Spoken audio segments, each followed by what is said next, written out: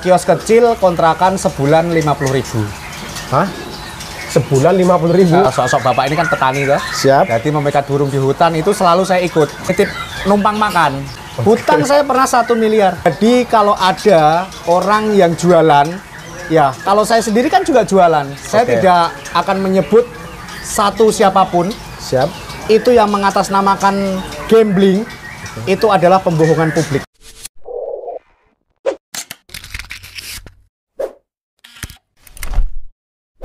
Assalamualaikum warahmatullahi wabarakatuh teman-teman. Jadi untuk kesempatan kali ini Dua Sekawan nggak seperti biasanya teman-teman ya. Yang biasanya kita review dari kios ke kios ataupun dari agen ke agen ataupun ke peternakan. Cuman untuk video kali ini teman-teman ya, kita mencoba untuk podcast. Jadi baru kali ini Dua Sekawan bikin konten podcast teman-teman ya.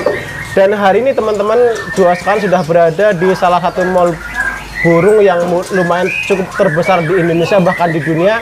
Karena sebelumnya Dua Sekawan udah ngelihat beberapa stasiun televisi masuk nge-review ke sini juga teman-teman. Karena kita di Mall Geraha MBRK, jadi di sebelah kita sudah ada ownernya langsung, yaitu Mas Holis Rudianto. Gimana kabarnya Mas? Alhamdulillah sehat. Sehat ya? Jadi gini Mas, ini agak berbeda Mas ya. Oh iya. Kita sesinya tanya jawab. Oh gitu. Karena mungkin kalau untuk review kan kayaknya udah hal biasa. Nah untuk kali ini kita coba tanya jawab. Oke. Jadi nanti saya ngejawab bertanya apa, Mas Holis tinggal ngejawab aja lah gitu ya. Insya Allah. Oke. Jadi begini Mas, untuk teman-teman yang mungkin belum tahu Mas ya, Mas Holis sebenarnya awal berdiri Mall Geraha MBRK itu dari tahun keberapa nih Mas? Lihat kamera, Mas. Kalau untuk di sini sih tahun 2008 Mas. Tahun 2008. 2007-2008. Itu awalnya Mas emang langsung menamakan Mall Geraha MBRK atau gimana Mas? Enggak, dulu sih awalnya MBRK saja. Tadinya.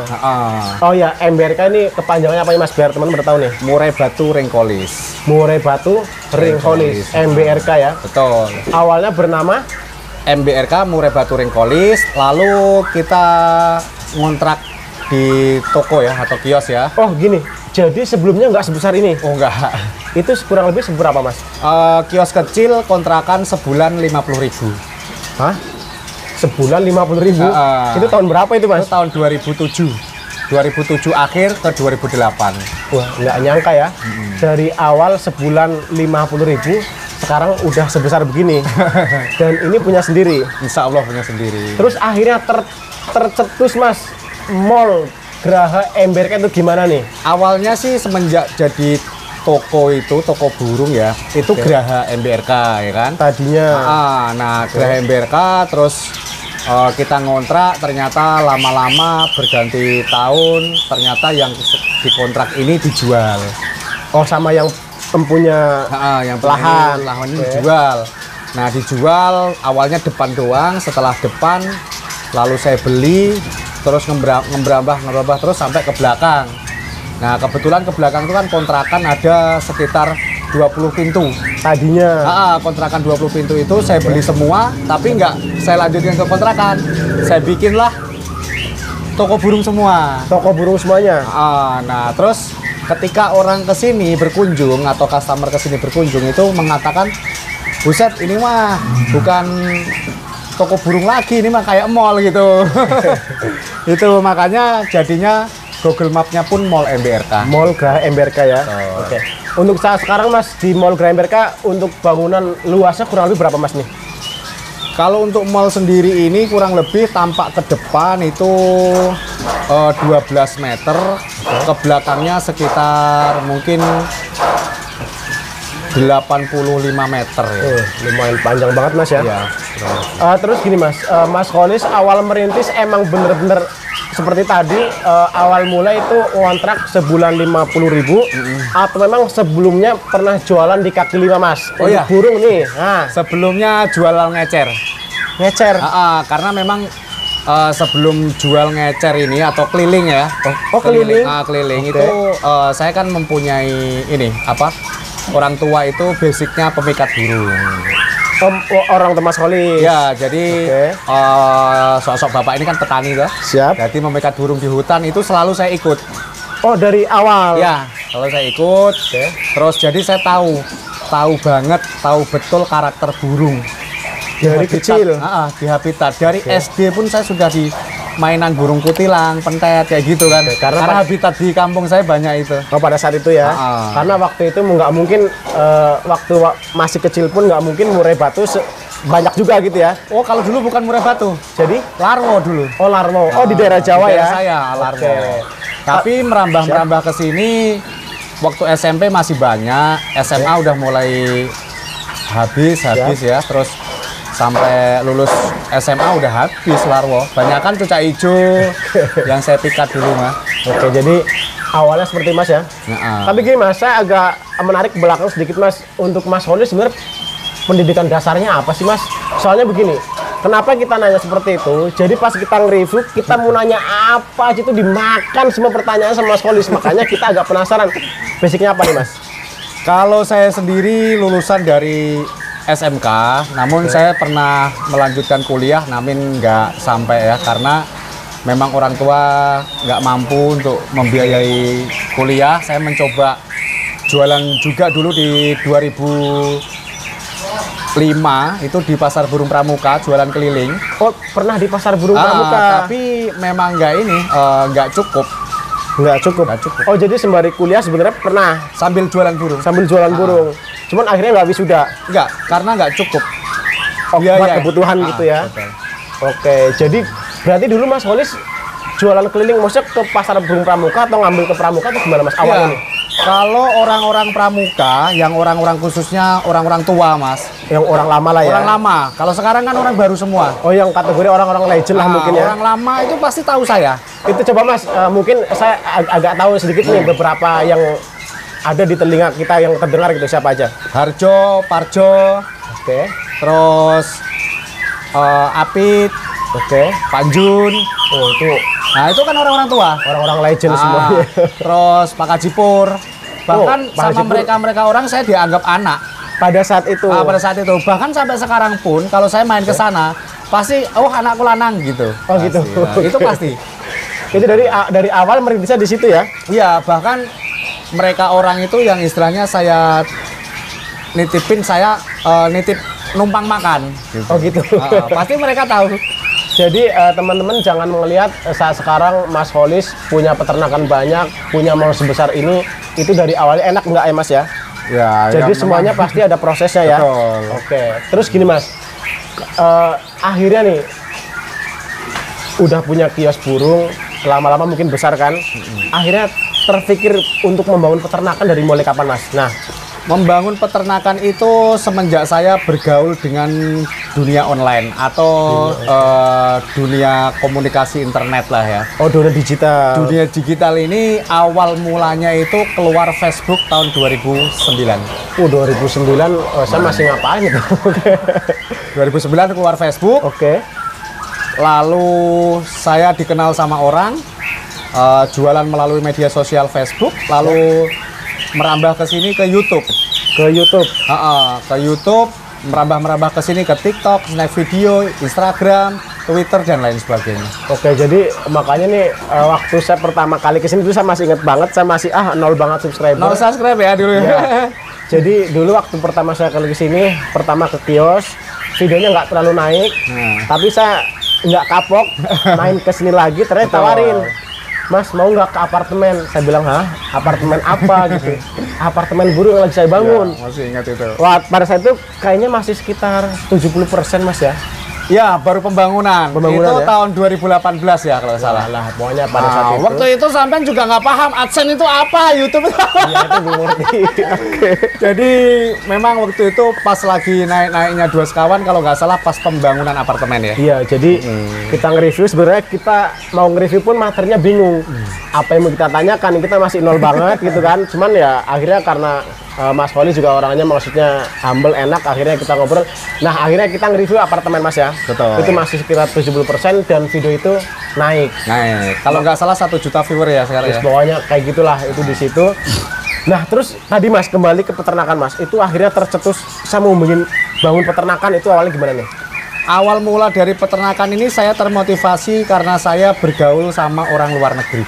Oh, orang luar negeri. Ya. Jadi waktu itu saya punya temen yang ada di Singapura, Malaysia, kayak gitu kan. oh ternyata habitat di sana itu sangat meluap, masih banyak untuk di Malaysia ya. Iya, pada saat itu. Nah, pada saat itu. Nah, ketika itu saya pernah jual burung harga 250 juta. Tahun berapa itu, Mas? Tahun 2008. Waktu itu Pak Sutioso masih menjabat gubernur. Oke. 2007-2008 itu ada namanya lomba Gubernur Cup. Oke, Yang namanya Red Devil itu saya jual burung 250 juta ke Gubernur Cup. Ya, nggak usah disebutin lah ya. Siap. Itu kayak uang edan, Mas. Nggak mustahil.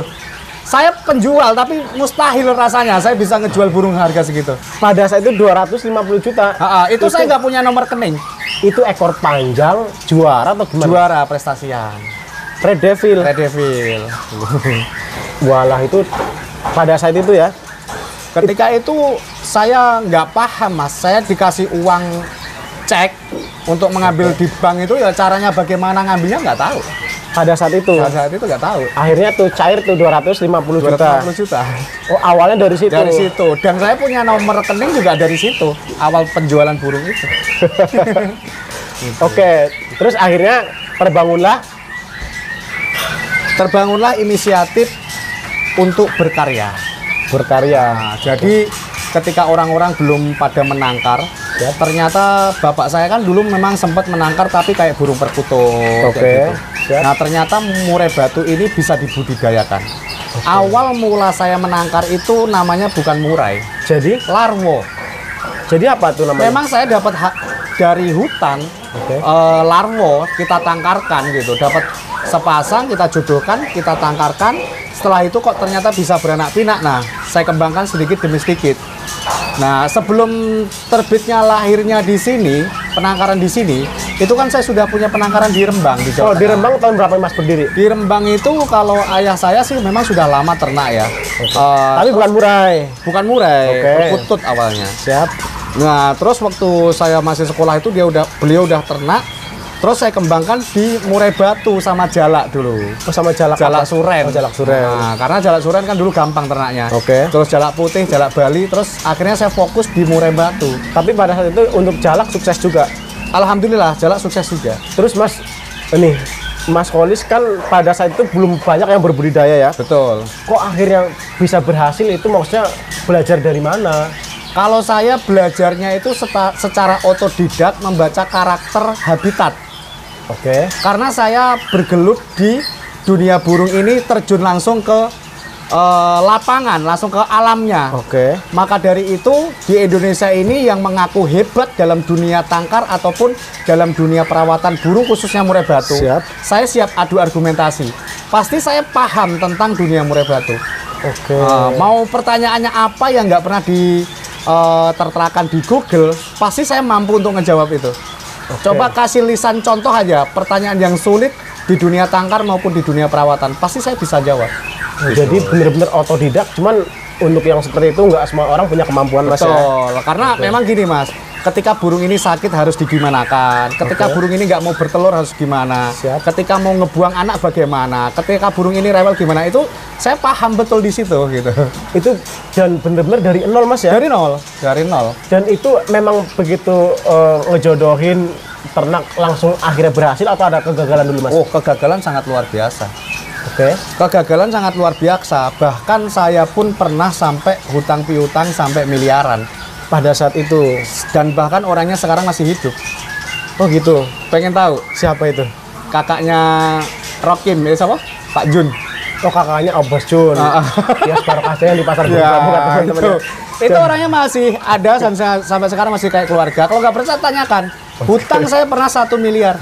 Walah itu duit semuanya ya. Iya, hutang piutang itu. Tapi- Itu untuk apa? Untuk menggelutin dunia penangkaran sama jualan burung. Tapi akhirnya berhasil Mas ya. Alhamdulillah hutang piutang segitu ya kita cicil alhamdulillah sampai sekarang clear. Jadi semuanya ada proses ternyata Ada Mas ya. proses, Jadi jangan teman-teman lihat sekarang wah Mas Kholis hebat banget. Jangan, ini ternyata dulu pedih juga ya. Iya, ya kalau Terus, oke. sekarang sih banyak media televisi yang masuk ke sini kesannya wow gitu kan, tapi memang awalnya yang tahu sih memang orang-orang pramuka yang orang lama. Oke. Jadi makanya kita beberapa kali ngobrol di Pramuka teman-teman ya, begitu nanya basicnya Mas Kholis dulu katanya Ada yang pernah cerita katanya Mas Rima dulu mau tidurnya di emperan toilet. Betul, itu betul. Oh, benar adanya. Bahkan bukan hanya di emperan toilet Pasar Burung Pramuka yang blok paling barat. Oke. Itu depannya yang namanya hujan ya kehujanan, karena untuk mengontrak itu sangat sayang. Karena ngontrak di situ pada saat itu ngontrak itu 1 bulan itu kalau nggak salah 75.000, 50.000 1 bulan. Itu cukup besar. Itu cukup besar. Kalau sekarang mungkin ya 500 sampai 1 juta. Eman, mending buat madang. Jadi seperti itu teman-teman ya. Oke, terus akhirnya berkembang dan akhirnya pertama yang di sini di hotel dulu atau di apartemen dulu, Mas? Awalnya di sini kan buka toko di sini. Oke. Lalu menangkar di Rembang, ternyata di Rembang ini kapasitasnya hanya mampu untuk 600 pasang. Siap. Itu terus, sekarang di Rembang berapa lantai di Rembang? Di Rembang 3 lantai, 6 lantai. 6 lantai.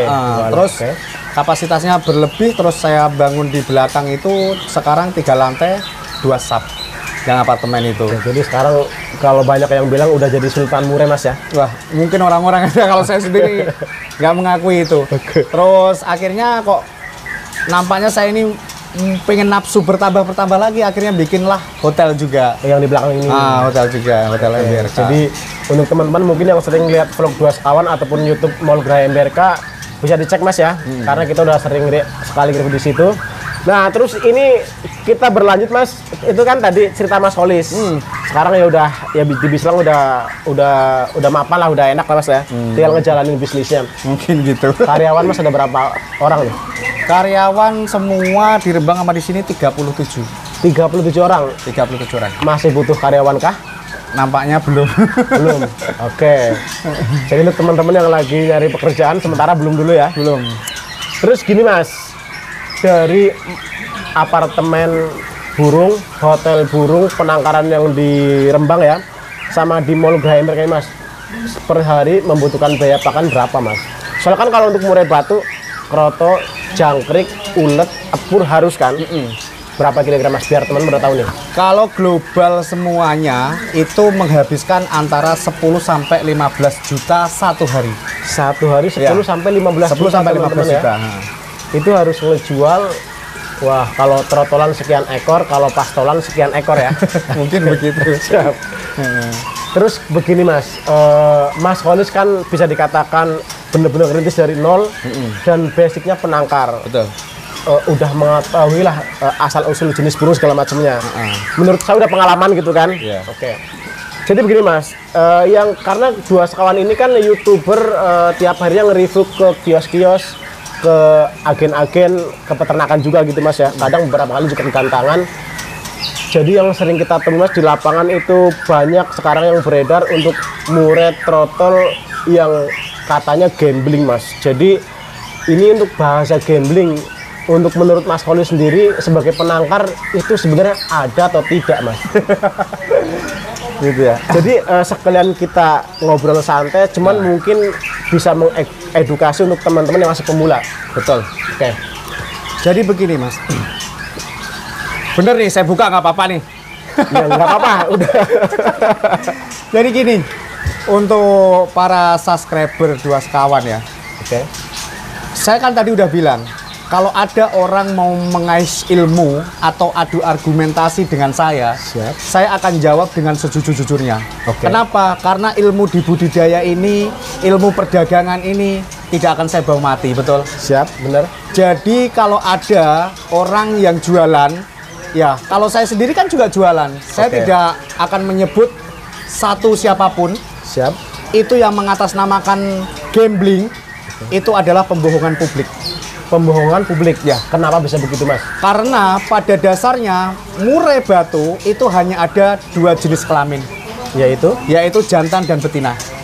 Jadi untuk yang kosakata gambling, kalau yang disebut dengan gambling itu hanyalah kosakata olahan para pedagang memberi harapan palsu kepada customer, yang dimana ini saya sebut gambling supaya customer ini berhati atau greget, wah, saya beli gamblingan lah, murah, siapa tahu menjadi jantan.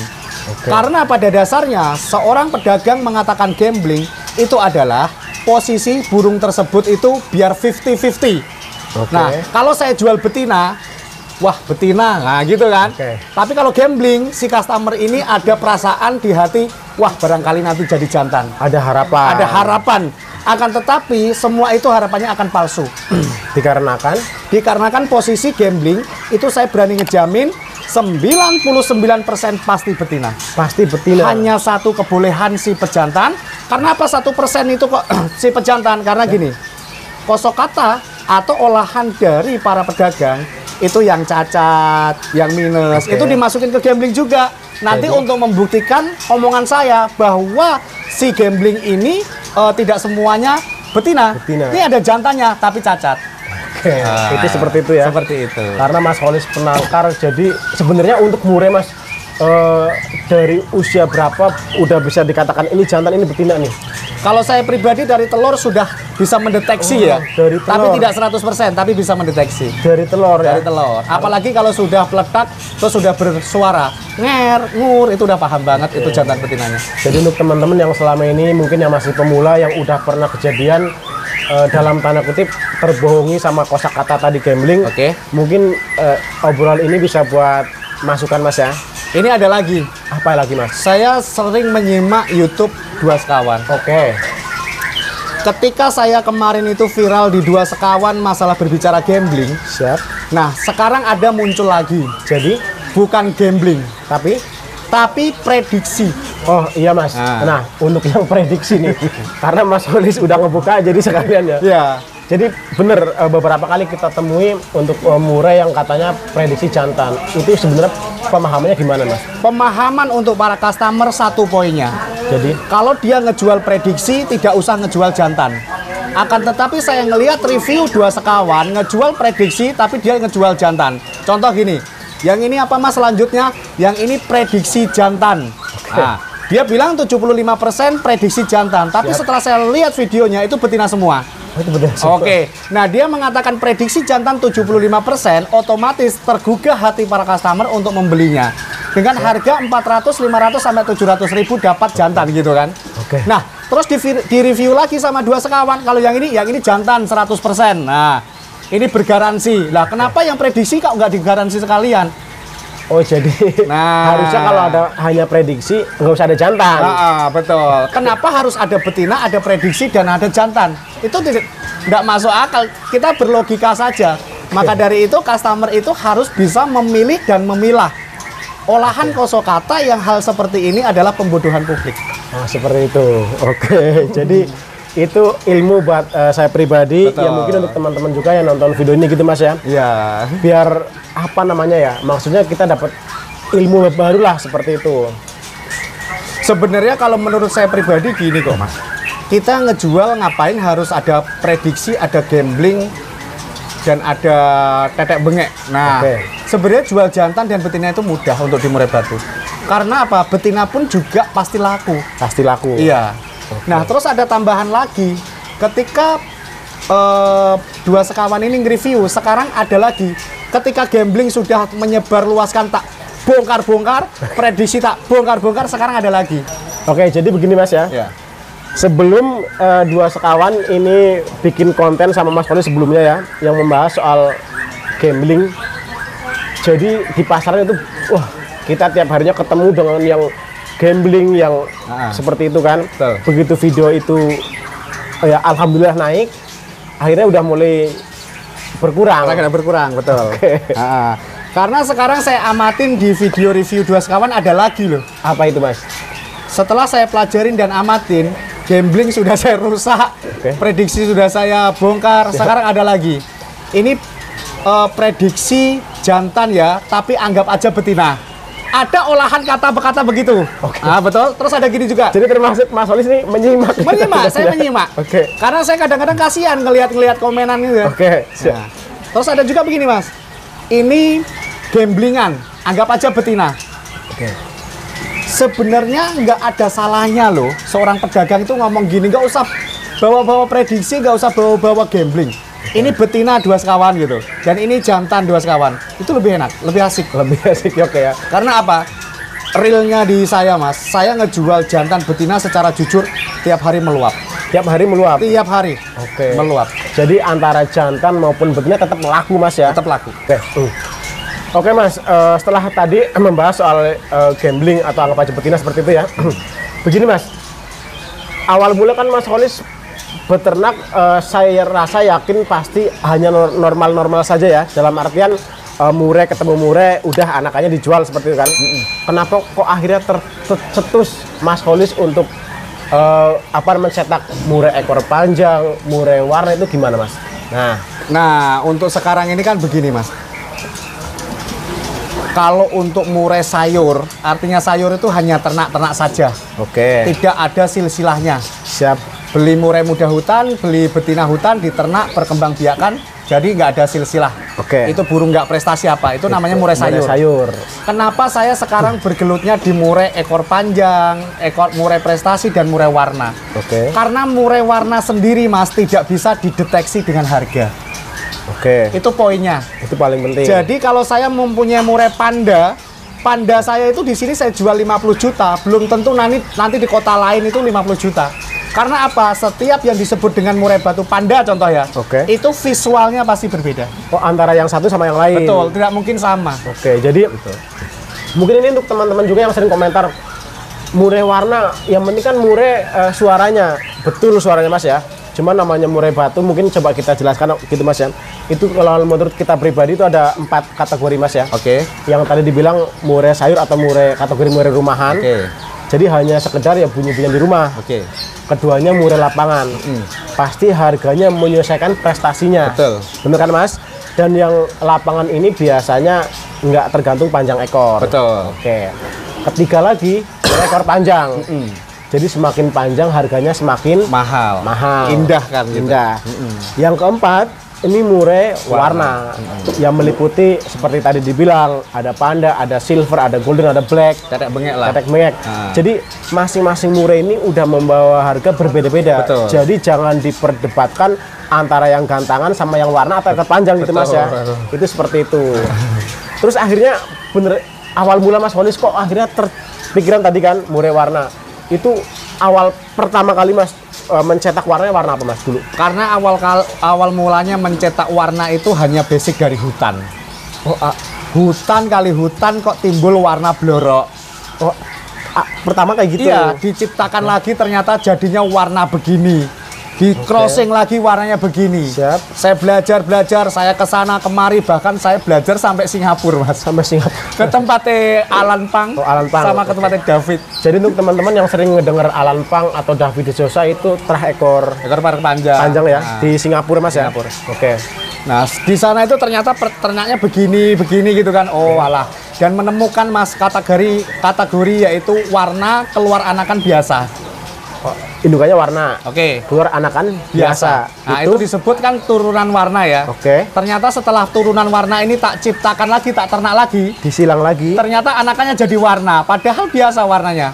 Jadi untuk teman-teman yang mungkin belum tahu Mas ya, antara warna sama warna anakannya nggak keluar warna itu namanya split. Split ya. Gini bukan, salah. Jadi gimana?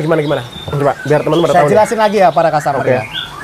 Silsilah itu kadang-kadang gampang dipahamin dan susah dicerna. Gampang dipahami, susah dicerna. Nah, kalau memahamin kan, oh ini warna panda gitu, ini warna albino gitu. Siap. Tapi pencernaannya adalah murai albino ini indukannya albino bukan. Bukan. Jadi murai albino itu bisa diciptakan dengan menggunakan split. Oke. Bisa diciptakan menggunakan keturunan. Pakai keturunan juga bisa. Oke. Jadi begini Mas. Saya mempunyai murai biasa, keluar anak 3. 1 albino, 1 biasa. Siap. Yang albino ini disebutkan albino. Albino, oke. Karena ini saudaranya 2 ini, disebutnya split. Oh, ini split. Oke. Split ini, Siap. atau albino ini saya tangkar.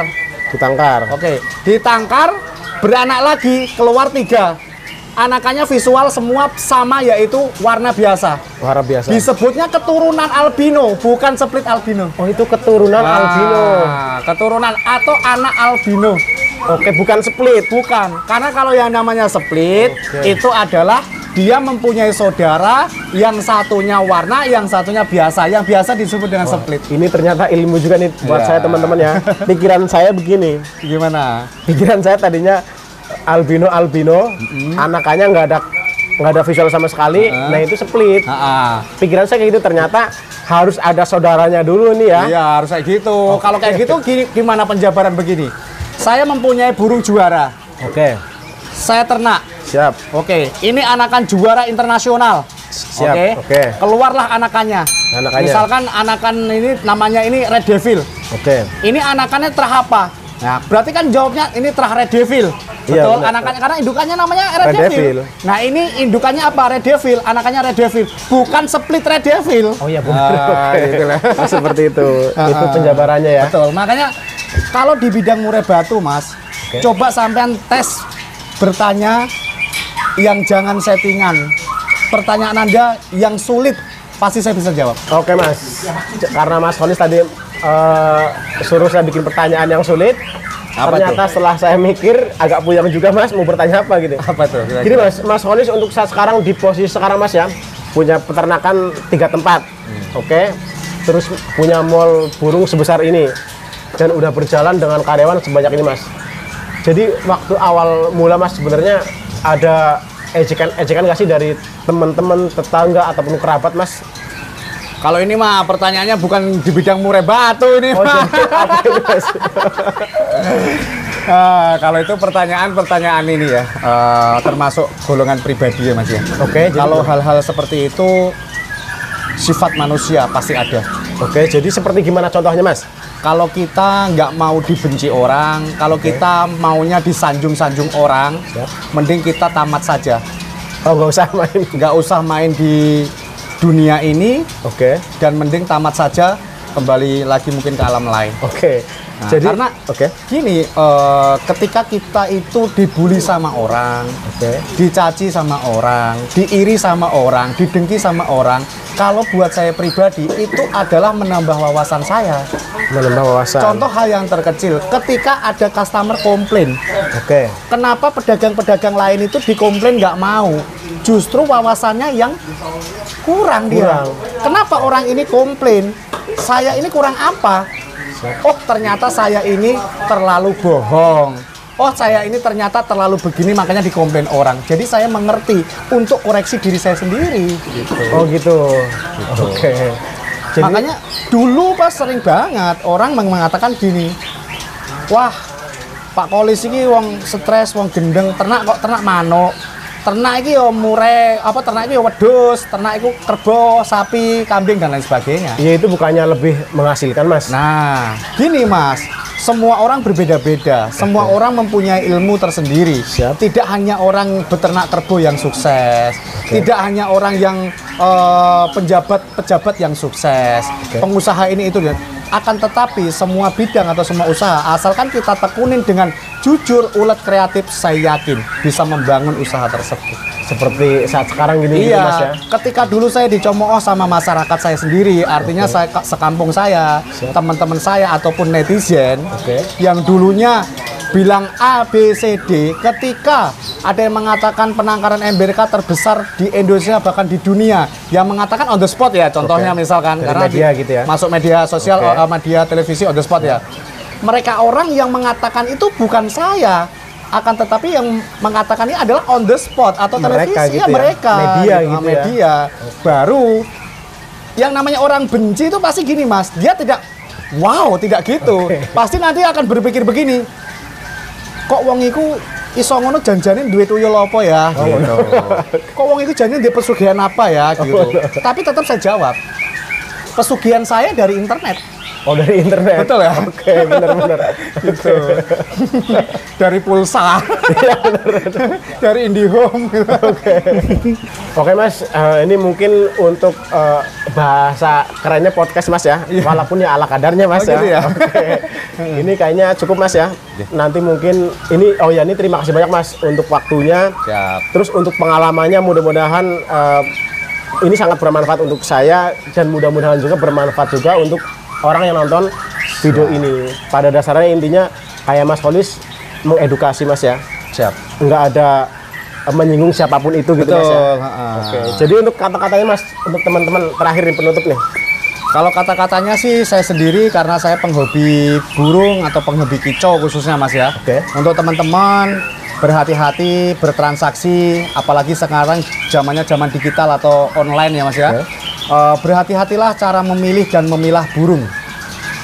Burung kesukaan Anda karena medianya media online, otomatis secara tidak langsung tidak bisa melihat secara langsung.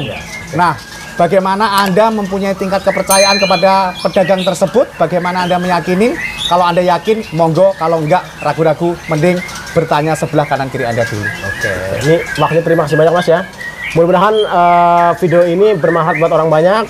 Intinya sih buat saya pribadi, mungkin untuk teman-teman yang pengen lebih banyak lagi tentang pertanyaan ini nanti tinggal di kolom komentar aja Mas ya. Monggo. Jadi mudah-mudahan next berikut kita punya umur panjang, punya kesempatan untuk bertemu lagi, nanti bisa dibahas lagi gitu Mas ya. Amin. Yang podcast ala kadarnya ini Mas. Iya. Oke, ini terima kasih banyak Mas ya. Oke, monggo Mas. Ya. Oke.